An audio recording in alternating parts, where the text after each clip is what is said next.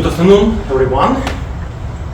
Today I would like to talk about technical interviews, why they appear to be broken, or maybe they are not broken, and we will explore some practices how we can make the output better.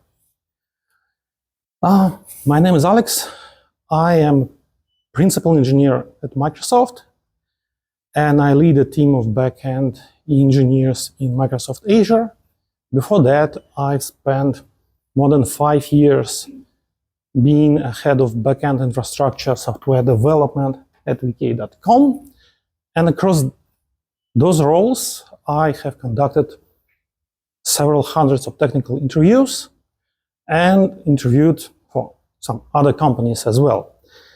And lessons learned from all of this are the foundations for today's talk.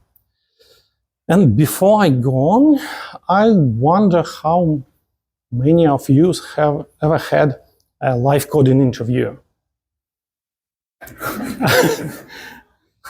That's great. Did you like it? Okay, that. Sorry to hear that, but okay, that's kind of expected. And the second question is, how many of you have conducted a technical interview at your job? Oh, that's nice. And at some point of your career, like, you will definitely, if you haven't had that before, you will definitely run a technical interview, and I hope that will help.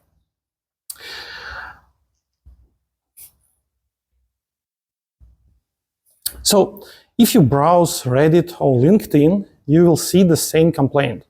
Technical interviews are broken beyond any repair. Live coding has nothing to do with real job, and all algorithmic problems are just like puzzles, and they have nothing to do with real life job. Still, big tech companies use that. And either they are collectively clueless and don't know what they're doing, or we don't see what they see. And I'll start with my story, with our story, how we found this out. Several years ago, the core software engineering team at vk.com was about 50 people. And we had quite a conservative approach to hiring, and we couldn't keep up with the business demand to grow. We had 2 problems. First of all, our interview outcomes were not reliable and not trustworthy. One team just did not trust the interview results from other teams. And during debriefs of the interviews, I heard that feedback several times, like, oh, I'm okay with hiring that guy, I'm not against, but please not for my team. So if you don't fancy seeing that guy in your team, why do you think that other teams would like that person?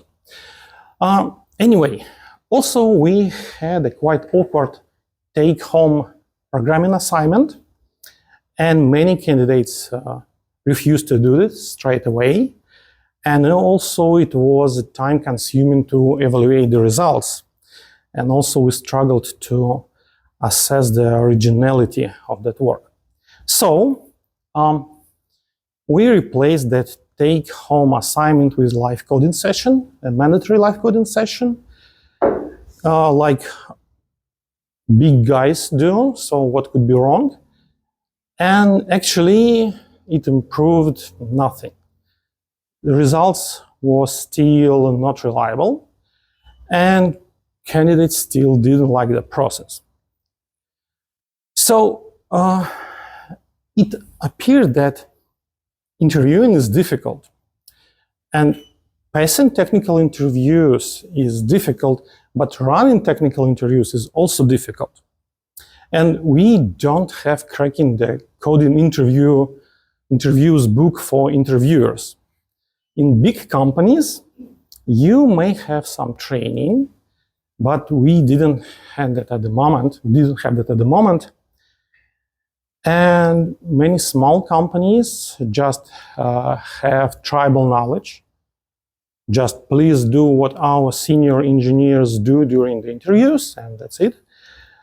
Or people rely on their own experience of passing interviews, sometimes unpleasant experience.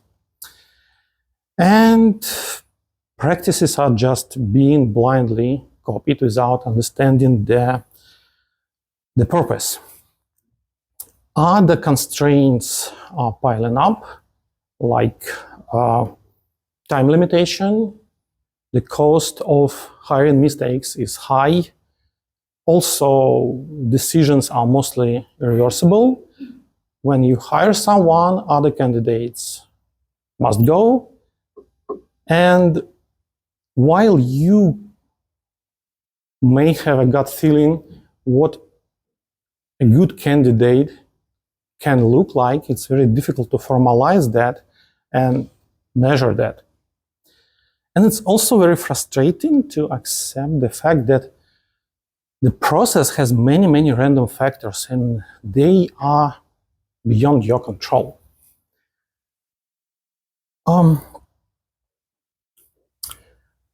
So that makes that original goal to be drifted. And what was that original goal of interviewing? We want to predict that a candidate will be great at their job while knowing very little about them in advance. Also, we would like to be confident in our decisions. So it was the turning point for us. As interviewing is a problem of making decisions, having limited information, we should turn that process into gathering information, learning about candidates' skills and abilities which are relevant to our job, and not just throw tricky questions to them. And that's why actually stress interviews, they don't work. Brain teasers, they don't work. And here comes the first rule. You should be collecting information, writing it down, and making decisions later. And research actually supports this. There is a meta-analysis made by Schmidt and Hunter, and it covers more than 80 years of observations. And it says that best predictors for job performance are scores obtained by work sample tests, employment interviews, structured employment interviews, job knowledge tests. Unstructured interviews score lower. And for example, years of experience are even more far behind. So this is the research, but take the results with a grain of salt because it's too generic. It's not specific to software engineering. It's not specific to any other profession, not specific to age, gender, whatever. Also, don't be too frustrated with the fact that even best predictors score just a little better than 0.5. And let's see how big companies use those results. Here's the typical interview structure at a random big tech company. We can see that live coding here is only a small part of the process. We can see preparation, we can see multiple interviewing rounds conducted by multiple interviewers, we can see feedback collection, and the decision is made by consensus. So problems arise when people copy all of these blindly without understanding. One of the common mistakes is just to pick live coding, like we did, and it just doesn't work that way. You need all other parts for this to be a good prediction system. Another mistake is to copy the whole pipeline. But this works for big companies because hiring there is slow and expensive, but fixing hiring mistakes is even more slower and more expensive. So if you are quick and lean and you can dismiss people fast, you can hire faster and you can turn that into your advantage. Now let's get to that coding interview, live coding interview part. Critics say that algorithmic problems, they are not like real life problems. And even if in some cases, in some rare cases, then solving algorithmic problems are actually part of your day-to-day job, it's not still the same. Because different constraints, you can ask your colleagues, you can ask AI, you can do whatever you want, and that's different from real live coding environment. So, and there is a research that backups that. But do you know what is lead code?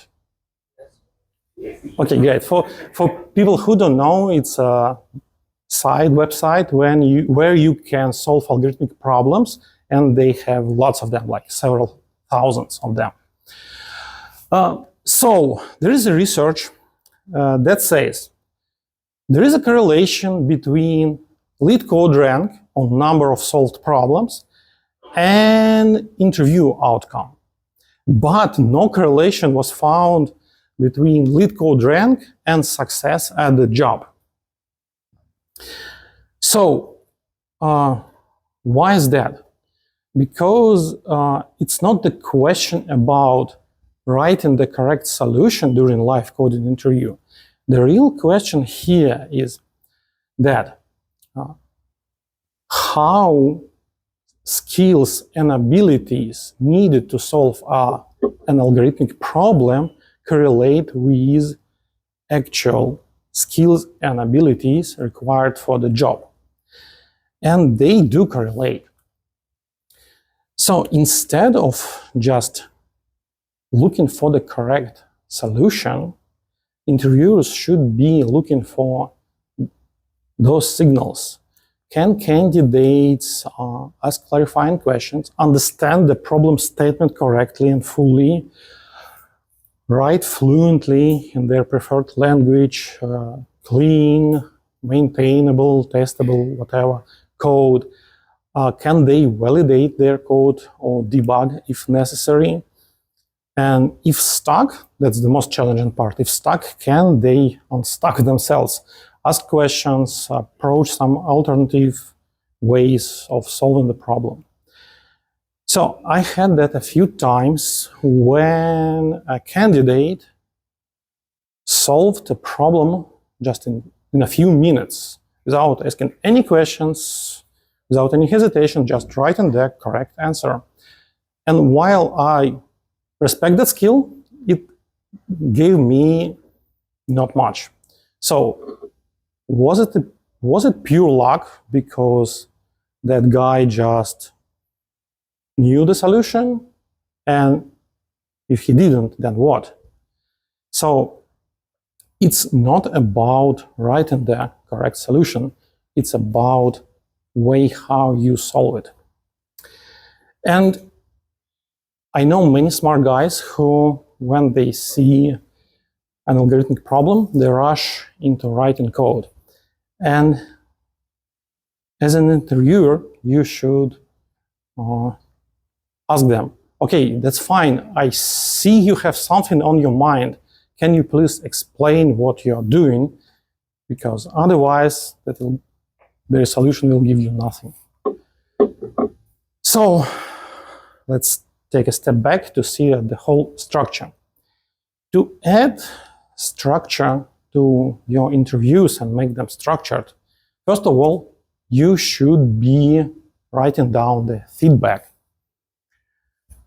Then you should have a shared bank of questions or problems which should be given to all candidates. And that problems or questions should arise from the role, the job, not from their resume. I made that mistake many times, and I've seen other people make this. You just scan through a resume and see some familiar keyword like Python or Kafka or something, and you ask, oh, you have worked with that technology, so how do you do that and that? But was it relevant at all to your job? Maybe not. And your score system should be aligned across all interviews and all questions. And when it comes to the questions and problems, our common inclination is to make them harder. And that may sound reasonable because we want to hire the best professionals. So interviews should be challenging. We don't want to hire everyone. And there is even a research that supports that, because it seems that harder interviews lead to higher job satisfaction. And we know that higher job satisfaction leads to higher productivity. But it's just a correlation. We don't know the causality, and we should not fall into that trap. Also, it seems that the hardest interviews are worse in that sense. So we should not forget that the goal of interviewing is to tell if a candidate can do their job, not to ask tricky questions. And in any case, a question no one can answer is useless because all candidates appear absolutely the same. No one answered that and they're all the same. And before that, I was talking mostly about gathering information, but it's also crucial to help candidates to demonstrate their skills.